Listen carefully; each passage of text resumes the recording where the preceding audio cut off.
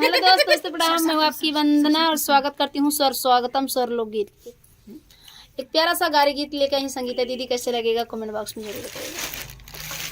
बखरी के आरी आरी तुलसी के पेड़वा हो, बखरी के आरी आरी तुलसी के पेड़वा, यारे आंगन लगाया फूलवारी।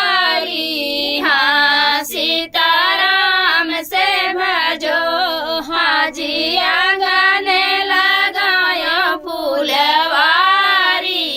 हाँ सीताराम से भजो, उ फूलवा तोड़ल गई समधी की बहिनिया हो, उ फूलवा तोड़ल गई समधी की बहिनिया, अरे आंगन गिरती बिछलाई।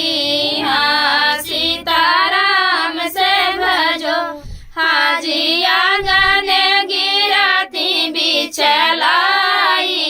हाँ सीताराम से भजो, हमरे कवन भैया रसिया बेरसिया हो, हमरे धर्मेंद्र भैया रसिया बेरसिया, अरे बहिन के लिया ले उठाई।